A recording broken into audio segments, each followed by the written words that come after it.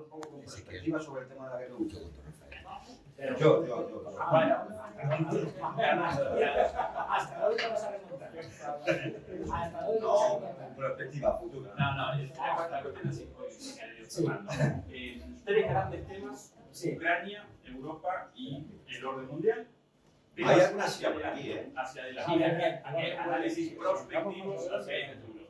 Entonces, quizás Juan Antonio con Ucrania, 5 minutos y después nosotros un minuto sobre Ucrania. Segundo tema, en Europa, quizás vos como primer analista con 5 minutos, después nosotros con algún comentarito más. Y último tema, norte mundial, de 5 minutos yo y después ustedes, y después sí abierta. 5 minutos menos fotógrafo porque si no lo paso. Lo sabe todo el mundo.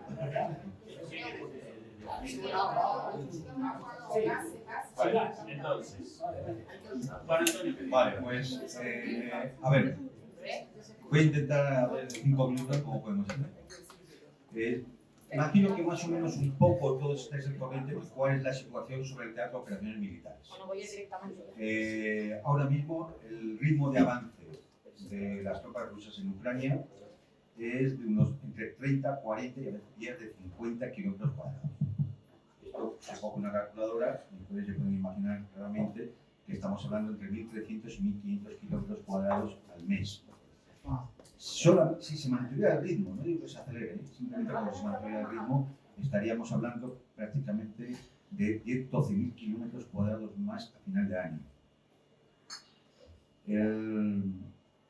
Las tropas ucranianas ahora mismo tienen unos 800.000 efectivos, que parece mucho, y es verdad que es mucho, ¿no? Pero el ritmo de pérdidas al mes, bajas, que se dicen en términos militares, son unos 50.000. Ahí entran fallecidos, heridos irrecuperables, prisioneros, desertores, desaparecidos, como digo, en fin, todo tipo, ¿no? Y la movilización, que ya sabéis cómo se realiza, pues alcanza aproximadamente unos 30.000 al mes. ¿Esto qué significa? Desde un punto de vista militar, cualquier Estado mayor hace el cálculo y dice tasa de reposición menos 20.000. Esto puede significar que a final de año ese efecto que tiene que cubrir casi 2.000 kilómetros de frente tenga menos de 500.000 efectivos. Con lo cual, lo que es el proceso militar, está claro que va abocado a un único fin, que es la derrota. En un momento determinado, no sabemos cuándo, puede ser a final de este año, puede ser dentro de 2 meses, o puede ser la primera que viene, se puede producir un colapso del ejército ucraniano y se viene abajo todo el ejército. A quien no le queda más remedio, a quien esté en Kiev, que tampoco sabremos quién será, que solicitar un armisticio. Esto es cómo va el proceso. ¿Puede haber variaciones en ese proceso? Sí. Sabéis que hay ronda de negociaciones, y esas negociaciones pueden dar lugar a una parada en la actividad militar. Pero esa parada solo se va a producir si se cumplen las condiciones que Rusia pone encima de la mesa, lo que ellos llaman las razones profundas del conflicto. Y para que nadie se llame engaño, claro, aquí, vista la perspectiva, sobre todo los países europeos, hablan de solicitar un alto el fuego de 30 días, o simplemente es ganar tiempo, no tiene otro sentido. Claro, eso no lo va a aceptar ninguna comisión negociadora rusa, ni en Estambul, ni en el Vaticano, ni en ningún lado. Eso no se va a aceptar. Tampoco es normal en todo proceso de paz, pueden remitirse a cualquiera de los que ha habido en las últimas décadas, por ejemplo la guerra de Vietnam. Fueron 3 años de negociaciones y nunca hubo alto fuego. Claro, eso es normal, o sea, tampoco es una cosa extraña. Entonces, la cuestión, que efectivamente puede haber un parón, la verdad, en el momento que el actor dominante en el conflicto decida atender las peticiones, las condiciones rusas de las razones profundas del conflicto. ¿Y quién es el actor dominante del conflicto?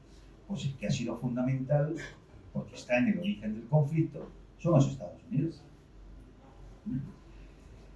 La única particularidad en estos momentos es que antes iba acompañado de sus fieles y vasallos aliados y ahora, desde que llegó Trump a la presidencia, pues ahí se ha producido una ruptura. No es que sea una ruptura permanente, ni que es que haya parte del mundo que ha decidido tomar otro camino. No. Simplemente está Trump, que es un outsider, es un tipo impulsivo, que no sabemos cómo va a reaccionar en cada momento, y que no pertenece a la élite de siempre. Trump es un millonario, pero no desde la élite de siempre. De hecho, es un millonario, siempre ha tenido muy buenas relaciones con la mafia, es decir, no es de las grandes familias millonarias, multimillonarias norteamericanas. Y entonces estas élites globalistas se han refugiado fundamentalmente en Londres y en Bruselas, sobre todo en Londres. Y desde ahí donde se presiona, desde Londres y desde Bruselas, para la continuación de la guerra. Pero, tanto porque le interesa a los propios Estados Unidos, como porque vean que la derrota se va a producir sí o sí, y Trump no quiere asumir en su presidencia una derrota como la que sufrió Biden en Afganistán, es muy posible que siga presionando para que se llegue a una amnistía. ¿Cómo? Pues cediendo a las condiciones de Bruselas. Ahí choca con los intereses de Londres y de Bruselas. Y ese es el marco en el que estamos.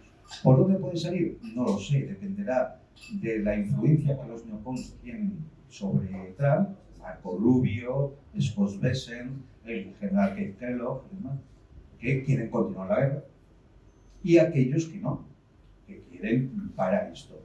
Vance, Elon Musk, Peter Hegseth. Entonces, esa lucha se produce dentro de la administración norteamericana. Hay una lucha de la administración norteamericana con Londres y Bruselas. Y esto crea un grado de incertidumbre tremendo en cuanto a las posibilidades que pueda haber para las negociaciones. Pero es una incertidumbre que lo único que puede hacer es adelantar una situación que de todas maneras se va a dar, que es la de que al final Kiev tendrá que aceptar un armisticio con las condiciones. ¿Cuáles son las condiciones? Para que, las repetimos una vez más, porque claro, uno empieza a ver la televisión, la radio, la prensa, y aquí se dicen cosas absolutamente disparatadas, ¿no? Las condiciones son 5, fundamentalmente. Por supuesto hay otras, por ejemplo, el levantamiento de las sanciones, la recuperación de los 300.000 millones de activos rusos congelados, una serie de pequeñas cosas circunstanciales, pero las razones son 5. 4 se refieren a Ucrania, porque el conflicto no es de Rusia con Ucrania, el conflicto es de Rusia con la OTAN. Con Ucrania fue de febrero a abril de 2022. A partir de ese momento de abril, cuando se dice no a la firma, a la ratificación del Tratado de Estambul de paz, al que se había llegado con la Comisión Negociadora Ucraniana, a partir de ese momento es una guerra con la OTAN. La que manda, organiza, arma, asesora, apoya, financia toda la guerra. Entonces, 4 se refieren a Ucrania. Neutralidad, no entrar en la OTAN, no presencia de tropas de la OTAN en su territorio, desmilitarización, es decir, no puede haber armas estratégicas en Ucrania que puedan poner en peligro la seguridad nacional de Rusia, y lo que los rusos llaman desnazificación, una cuestión de referente histórico, pero que lo que viene a decir es que el régimen de Kiev tiene que cambiar, porque tiene que admitir que existan partidos políticos de oposición, porque tiene que admitir medios de comunicación críticos, es decir, que algunos pueden ser prorrusos, porque tiene que liberar presos políticos, activistas sociales, tiene que permitir el ruso como idioma oficial, tiene que dejar de perseguir la Iglesia ortodoxa, y por tanto el régimen tiene que cambiar. La constitución que hay no puede seguir siendo la constitución de esa nueva Ucrania, y esas son las 4 condiciones. Y luego hay una quinta, que es la más difícil y la que pone más en pánico a la propia Unión Europea y a la propia OTAN. Es un tratado de seguridad colectiva a nivel europeo.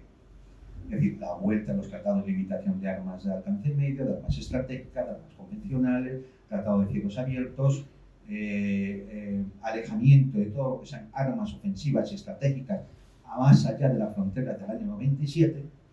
Y eso, claro, es que eso significa una derrota completa de la OTAN. Es más, yo dudo que la OTAN pueda sobrevivir a eso. Si eso se produce, claro, volver a decir a Helsinki, sí, las actas de Helsinki, efectivamente. Pero eso podría conllevar prácticamente a la destrucción de la OTAN, porque entonces te das cuenta de que no ha habido capacidad. Es una derrota en toda la completa. Y tienes que retirarte, ¿no? Y aparte dejaría sin efecto todos esos planes de rearme disparatados con los cuales quieren aquí tapar muchos agujeros. Bueno, aparte de meter la mano en la caja, pero bueno, ya viene siendo habitual, ¿no? Es decir, una constante. Entonces yo vuelvo a decir, la perspectiva que veo, pues que vamos a seguir viendo muchas reuniones de negociación, habrá pequeñitos acuerdos como el intercambio de prisioneros, como a lo mejor, pues yo qué sé, se respete algún tipo de instalaciones porque, por cuestiones humanitarias o cosas por el estilo. Habrá ese tipo de negociaciones, pero al final, sin remedio, tendrán que acometer esas condiciones que pone Rusia encima de la mesa, porque si no, el avance va a continuar. Y ya el otro día Putin admitió que había que crear una zona de seguridad en la frontera rusa con Ucrania que afecta a otras 4 regiones: Chernígov, Sumy, Kharkov y posiblemente Dnipropetrovsk.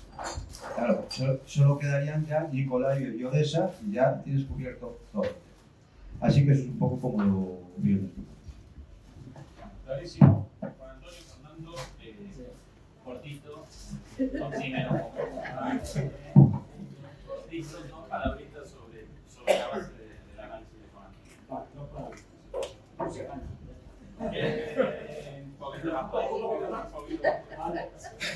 Bien, no, a ver, complementando un poco lo que ha dicho Juan Antonio. Acércate al micro. Da igual, se ha dicho. Atrás el audio que está aquí. ¡Oye! Le ha dado al... No, pero es un poquito bajo, conectarse y... Sí, esto no. A ver, probad, 1, 2, probad. Ah, vale. Sí. Yo que soy de la vieja usanza y tal, soy analógico y ahorita pelado, pero decir que era lo mío. Pero bueno, a ver, pues complementando un poco lo que ha dicho Juan Antonio. Hay muchos elementos que ya nos dicen que, bueno, por supuesto, que Rusia va a ganar de una manera que otra y como ganador en cualquier guerra y con sus condiciones. A partir de ahí, todo lo que ha señalado Juan Antonio, una serie de puntos, no se van a negociar, se van a imponer, que es distinto. Luego lo pueden disfrazar, que seguramente lo harán, con una negociación. Vale, y no lo olvidemos, Trump se va a colgar la medalla y además los rusos me parece bien, que se colgue la medalla. No, nadie dude que Trump va a ganar la guerra. Sí, se va a ganar. Va a ganar la Segunda Guerra Mundial. va a ganarla como con los Houthis en Yemen, es decir, con el movimiento Ansarullah, que ha ganado Ansarullah, pero se dijo, victoria, hemos ganado, nos retiramos. Pero bueno, es decir, y los rusos van a decir, sí, Trump, estupendo y tal, oye, un gran logro. Aquí la trampa que ha hecho Trump, con la que quiere salirse del lío que está metido Estados Unidos, es me presento como falso mediador, es decir, como si fuera un mediador, que realmente no lo es porque es parte del conflicto. De hecho, la parte principal, la otra parte, una parte de Rusia y otra es Estados Unidos con los miembros de la OTAN y los ucranianos ahí poniendo los muertos, básicamente. Con lo que, bueno, pues ya digo, quiere salirse de ese desastre porque lo primero que hace la administración Trump es reconocer, y lo ha dicho ya 50 veces, tanto Vance como Trump, a ver, esta guerra es una guerra que está perdida. Esta es una guerra en la que Biden, siempre se le echa culpa a Biden, a los europeos, a Zelensky.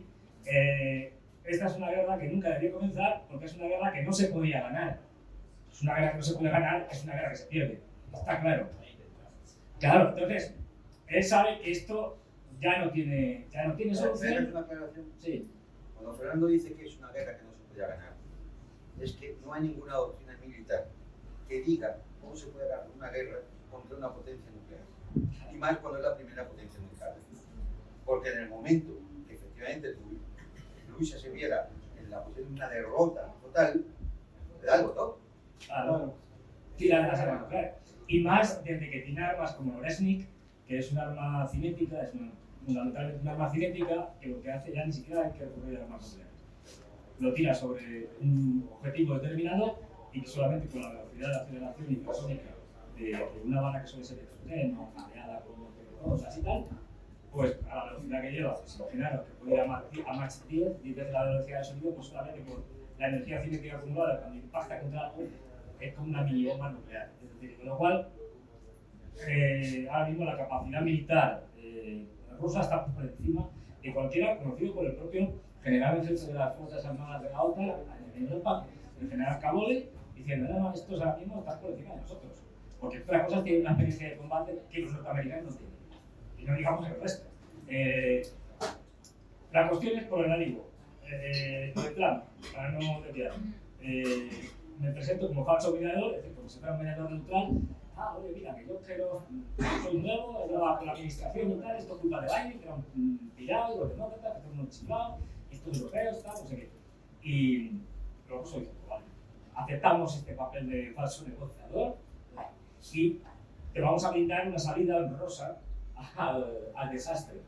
Y ya veréis que cuando termine, cuando ya esté a punto de terminar, porque los rusos hayan colapsado al ejército ucraniano, cada vez se ve más cerca. De hecho, la revolución en el tema militar, eso lo conoce mejor Juan Antonio que yo, está siendo brutal. Esto ya no es una guerra de drones, es decir, que lo es, sino que, por ejemplo, los rusos están probando drones autónomos a 100 kilómetros de distancia. Esto significa que ya no hay un señor, como en los videojuegos hay con la pantallita, que está dirigiendo el dron. Es que prácticamente lo lanzan y a partir de ahí el dron lleva una serie de programas, de algoritmos, de mapas para ir reconociendo terrenos, etc. Y puede incluso maniobrar, es decir, y va directamente a buscar los objetivos predeterminados. Incluso ya hay algunos que pueden cambiar de objetivos sobre la marcha.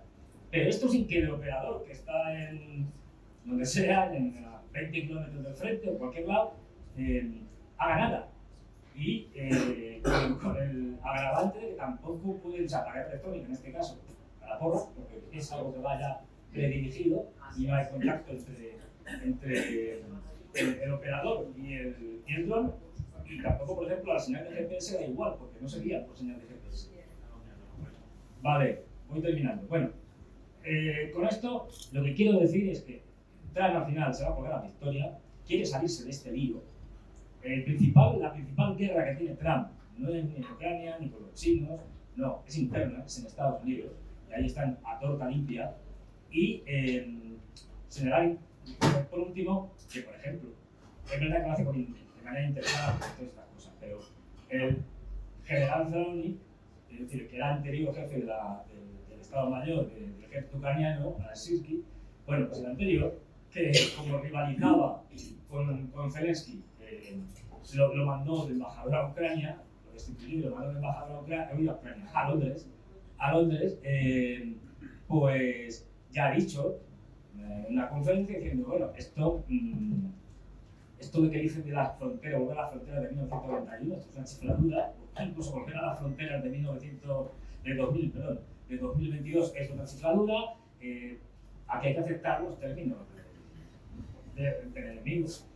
Lo que vamos a ver es, en resumen, una victoria de Rusia, sí o sí, de una manera u otra, una derrota de Ucrania y de la OTAN.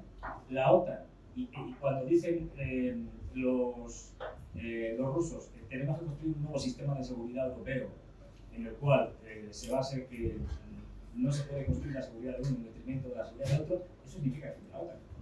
Porque la OTAN se basa en construir la seguridad de uno en detrimento de la de otros. Es decir, con lo cual, la OTAN está muerta, es un cadáver.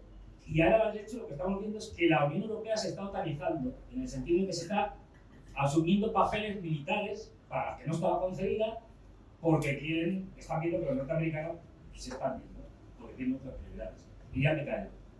¿Me he pasado con el No, bien. Yo sí, Adelante, Sí, es decir, hay una cosa muy interesante de ver todo lo que viene ocurriendo desde el comienzo de la operación militar, y es cómo va cambiando la forma de hacer la guerra. No me estoy refiriendo tanto al aspecto estratégico o operacional como al táctico, sobre el terreno. Y voy a poner un ejemplo para que lo veáis lo visible que es el cambio. ¿Escuchasteis que hubo una gran batalla aérea entre India y Pakistán cuando comenzaron las hostilidades, ¿verdad? Bueno, pues, de hecho, hubo 5 aviones indios derribados. Bueno, los aviones no se vieron nunca uno a otro. No se vieron. No hubo contacto visual, no hubo casi ni de radar. Cada uno estaba en su espacio aéreo. Nadie invadió el espacio aéreo del otro. Simplemente lanzaron los misiles aire-aire, cada avión. ¿Y por qué ganan los pakistaníes? Porque tienen un misil chino que llega a un alcance de 200 kilómetros. Ningún misil de los aviones occidentales tenía ese alcance.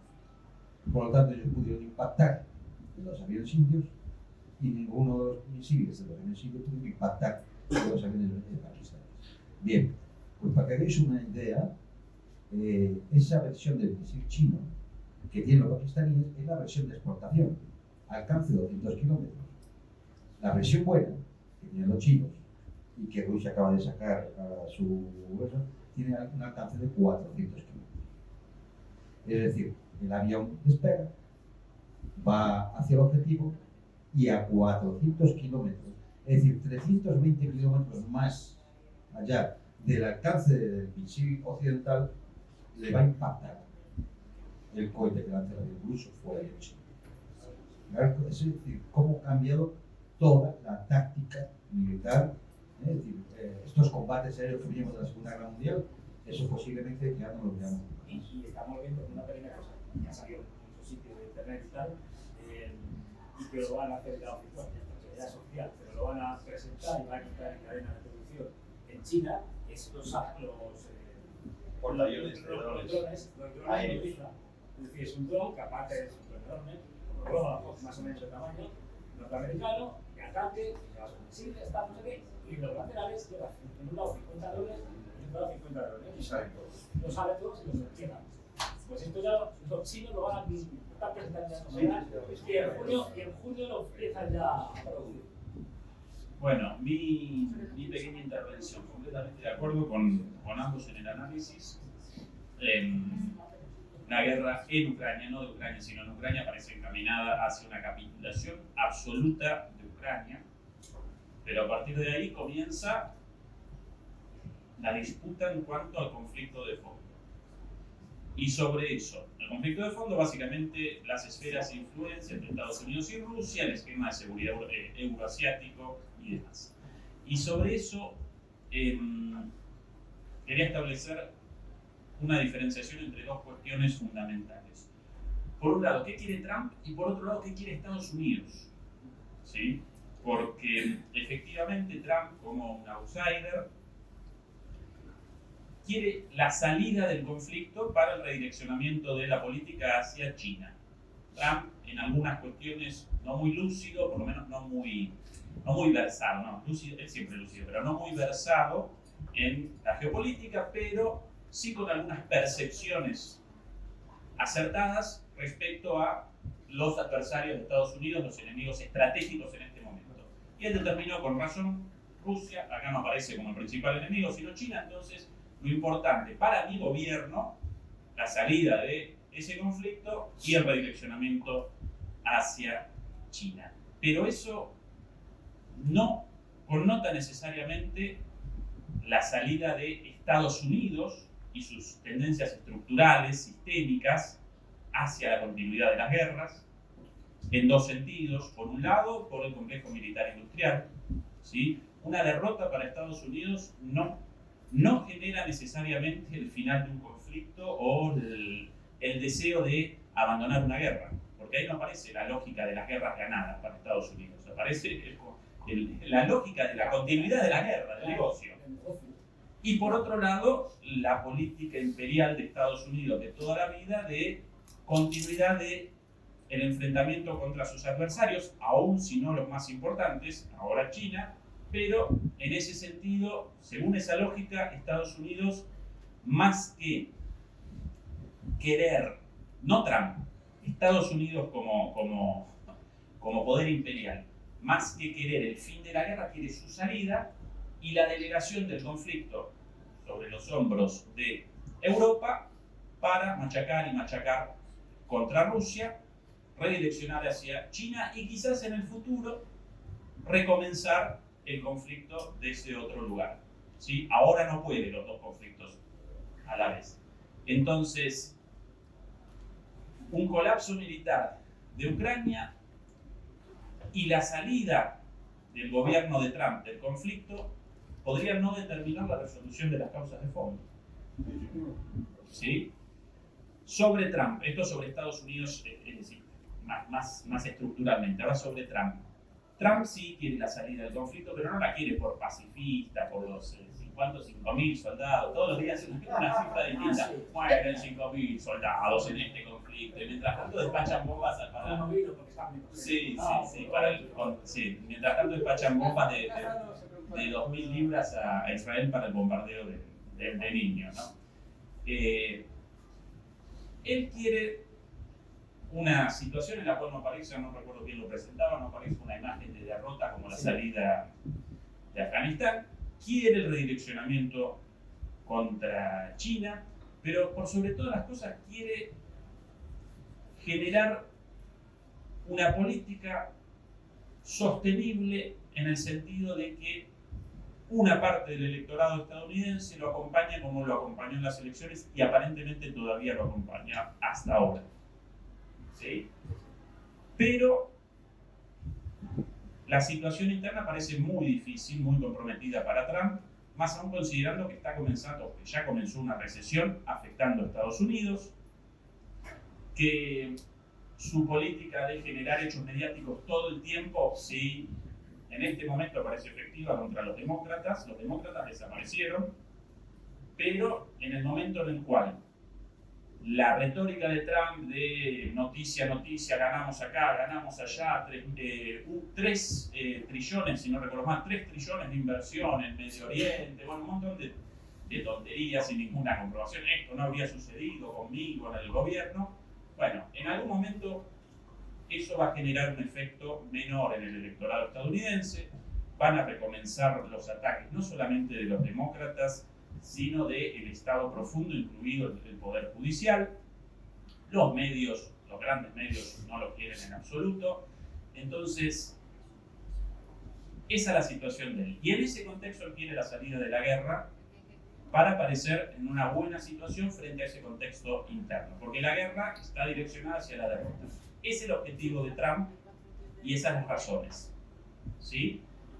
Una vez más, eso Trump distinto de Estados Unidos. Para Estados Unidos la guerra como tal no debe desaparecer, ¿sí? Por la tendencia imperial y por el negocio de la guerra. Entonces, derrota asegurada de Ucrania, ¿sí? Incluso quizás derrota de la OTAN, no necesariamente una derrota de Estados Unidos para el público estadounidense, y el conflicto de fondo, la resolución del conflicto de fondo, quizás aparezca incluso después de la derrota de Ucrania.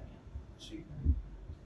Con la posibilidad incluso, Fernando, de una locura europea y algún chispazo directo con Rusia si por lo menos Europa acompaña la voluntad de sus líderes. Sus sociedades no las acompañan, su potencial militar tampoco la acompaña, pero si uno presencia, económico tampoco, pero si uno presencia las declaraciones no ya de los bálticos, sino de Merz, esto de queremos el ejército más fuerte de Europa, en Alemania, yo temblaba al escuchar, pero cosas hace 5 años no decibles en Alemania, cosas en la política alemana hoy, cosas dichas no decibles hace 5 años, como una suerte de tabú.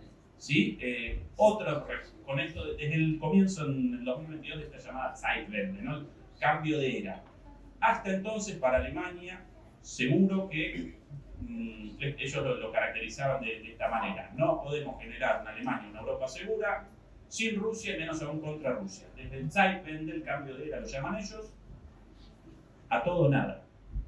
El ejército más fuerte de Europa, 500.000 millones de euros de deuda de manera muy floja de papeles, con la reforma de la Constitución, con el Parlamento de salida, ¿sí? Von der Leyen quiere 800.000 millones de agregarle.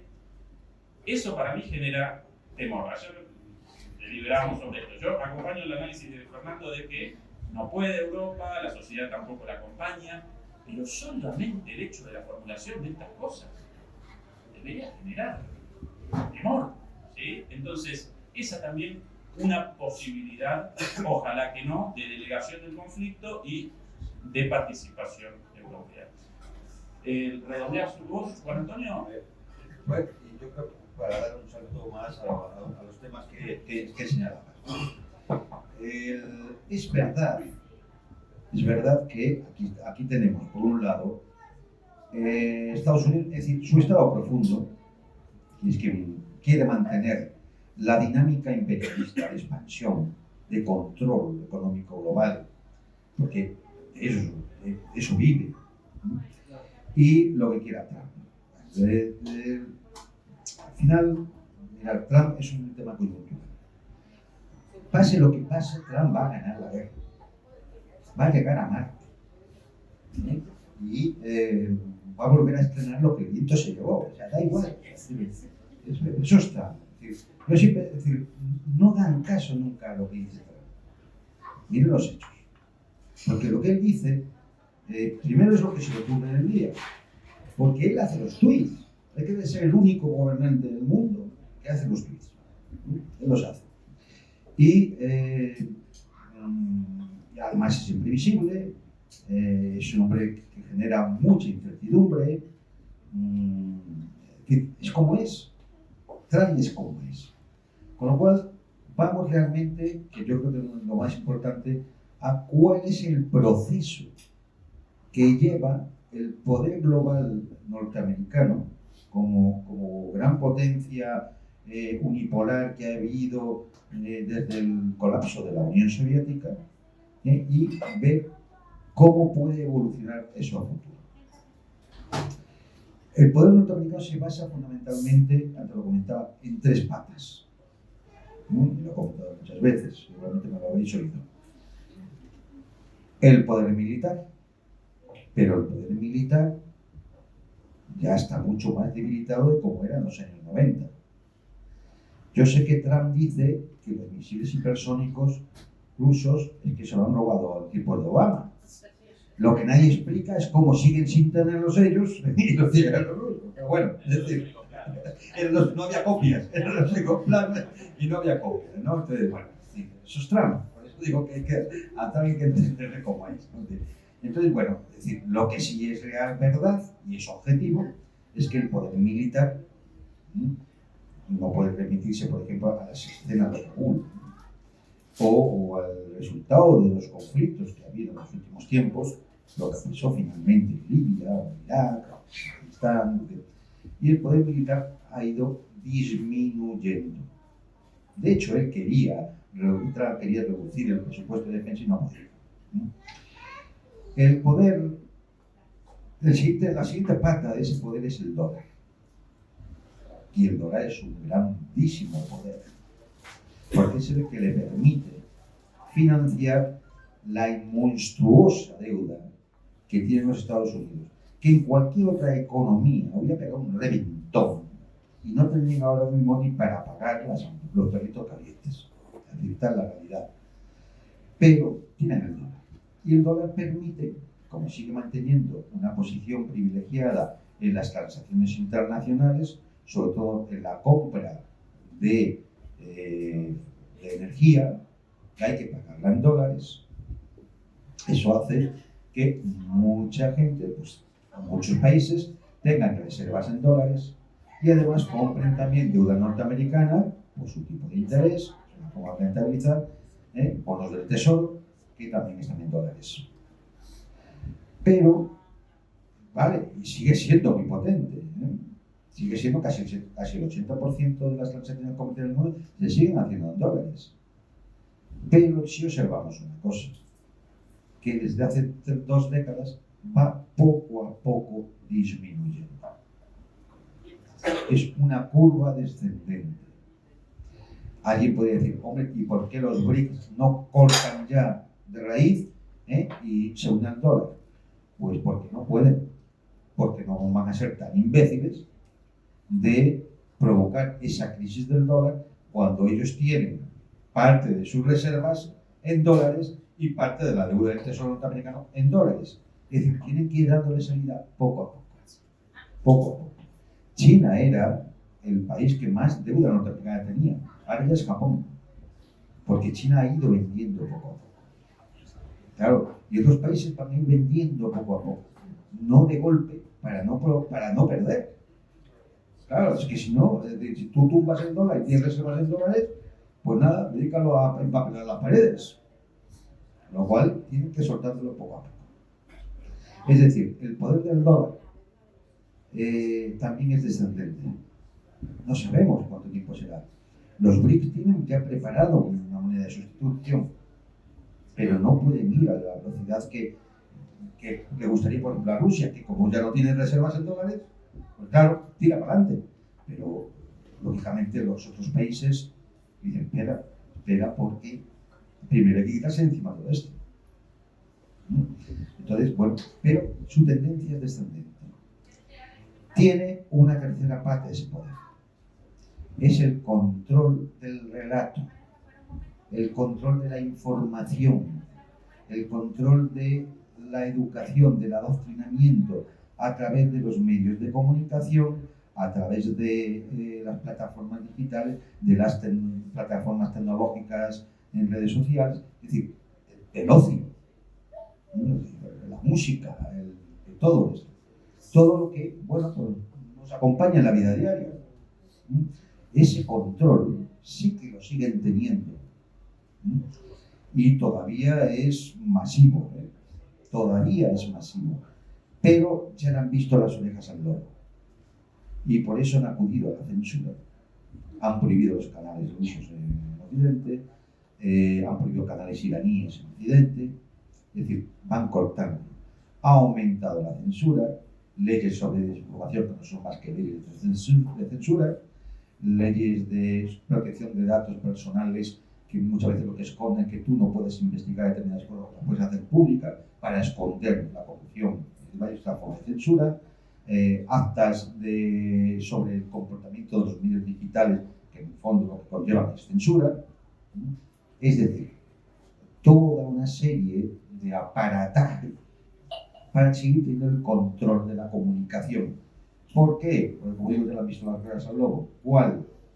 Que cada vez hay más gente que ya no ve la televisión, que ya no lee los periódicos, que ya no escucha las radios oficialistas y corporativas, que ya se informa más a través de redes sociales, a través de canales alternativos. Y eso sí que es un peligro. Pero además es un peligro no solamente porque ocurre en el resto del mundo, es que ocurre en los Estados Unidos, donde el 60% de la gente ya no se informa por la televisión. Entonces, es un poder también en declive. Entonces, si las tres patas sobre las que está levantado el poder imperial norteamericano, las tres patas en declive, pues la perspectiva en el tiempo va a ser que efectivamente el dominio unipolar de una superpotencia como Estados Unidos va a caer. ¿Dónde está la duda? Y es lo que tendremos que ir viendo y analizando con el paso del tiempo. Si va a colapsar o si en algún momento entenderá que como un mundo multipolar va a ser inevitable, pues voy a intentar ponerme en una situación en la cual yo siga teniendo peso en ese mundo multipolar, con mi área de influencia, en la que yo domino y pueda seguir manteniendo mi carácter de potencia y no colapsar. Porque el camino que llevaría ahora mismo llevaría al colapso. Pero bueno, uno imagina que todavía debe quedar algunas neuronas capaces de hacer sinapsis en las instituciones norteamericanas como para darse cuenta de que esto mismo que yo estoy diciendo lo pueden comprobar ellos. Y que entonces, a la larga, es mejor instalarse en un mundo multipolar con cierta posición que le permita mantener, tener un sillón en esa mesa del mundo multipolar, a perderlo todo, ¿no? Hay más datos, y ya acabo, hay más datos sobre esta situación a la larga, ¿no? Cómo las redes de distribución comerciales en todo el mundo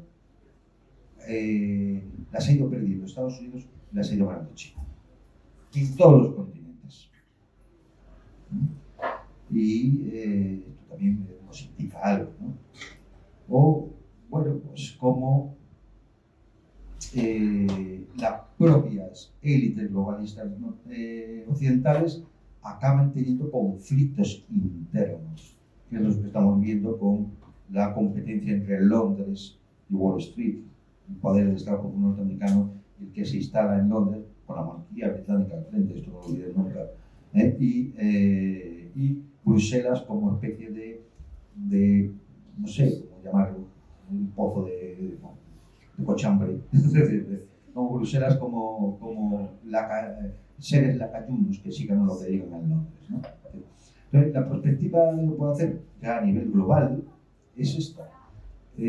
Ahora mismo, salvo que ocurriera un cisne negro, no lo sé, la invasión de los marcianos, el meteorito, no sé, alguna cosa, salvo un cisne negro, es decir, el advenimiento del mundo multipolar, yo creo que hasta lo vamos a ver. Es un proceso histórico, no estamos hablando de va a ocurrir el mes que viene o el año que viene, pero que lo podemos ver.